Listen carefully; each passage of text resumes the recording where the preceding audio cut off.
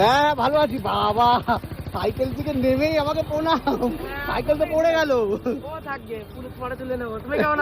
হ্যাঁ ভালো আছি, তুমি কেমন আছো?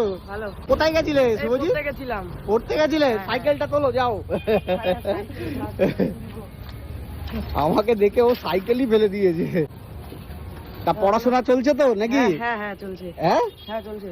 পড়াশোনা চলছে? হ্যাঁ পড়াশোনা করো তো ঠিকঠাক ভাবে? হ্যাঁ আগে খুব বদ ছিলাম, তাই তোমাকে অনেক অপমানিত হতে হয়েছিল যে আমি ভালো না, আমি খারাপ। এখন আমি পড়াশোনা করছি, ভালো মন দিয়ে পড়াশোনা করছি। আমার স্বপ্ন যেটা সেটা আমি পূরণ করেই ছাড়বো। আমি তোমার মুখ উজ্জ্বল করে দেখাবোই। লোক অনেক রকমের কথা বলতো না যে আমি পড়াশোনা করি না। মানে যে ছেলেটার হাতে একদিন মানে পাপড়ের ব্যাগ ছিল না, বাদামের ব্যাগ ছিল, হ্যাঁ, আজকে সেই ছেলেটির পিঠে হচ্ছে স্কুলের ব্যাগ। এটা দেখেও শান্তি লাগছে।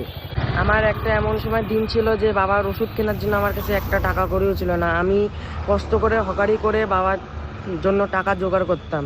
তো সেই পরিস্থিতির থেকে আমার এখন যা মনে হয় আমি পড়াশুনো করতে পারছি, সব ভালো হবে। আমি পড়াশুনো করব, আমি সবাইকে বলছি যে আমি পড়াশুনো করতে চাই, পড়াশুনো করব, করে আমি একদিন দেখাবো যে আমি হকারি করতাম।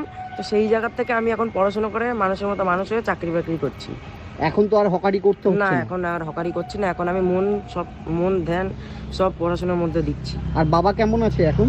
বাবা এই আগে থেকে একটু ভালো। এখন ভালো আছে? হ্যাঁ এখন ভালো আছে। আর মা? মা একটু আগে থেকে ওই যেরকম ছিল আর কি, তার থেকে একটু কিঞ্চিত পরিমাণ ভালো হয়েছে। মানে মাঝে এই ভাইটার সম্পর্কে আমাকে অনেকেই ফোনে বাজে কথা বলেছিল, হ্যাঁ, যে তুমি পড়াশোনা করো না এখন আর, তাই না? তখন একটু বদ হয়ে গেছিলাম। তো আচ্ছা। এখন মানে নিজের মনকে বুঝ দিয়ে আমি এখন ভালো হয়ে চলছি। মানে ও মাঝে একটু তুমি দুষ্টুমি করেছিলে, তাই না?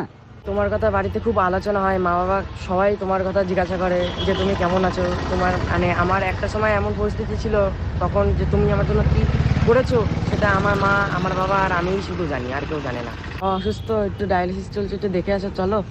হ্যাঁ নিশ্চয়ই যাবো বাবু। আর আমি আজকে হাবড়াতে এসেছিলাম, হঠাৎ করে এই ভাইয়ের সাথে দেখা হয়ে গেল, শুভজিৎ ভাই। চলো চলো। যাই হোক, শুভজিৎ আমাকে ওর বাড়িতে নিয়ে যেতে চাইছে। তুমি কি বাড়ির দিকেই যাচ্ছিলে নাকি? হ্যাঁ বাড়ির দিকে যাচ্ছিলাম, সেই সময় তো দেখা হলো। আচ্ছা ঠিক আছে। তো শুভজিতের সাথে তাহলে এখন যেতেই হবে বাড়িতে? যেতেই হবে, না গেলে হবে না? না।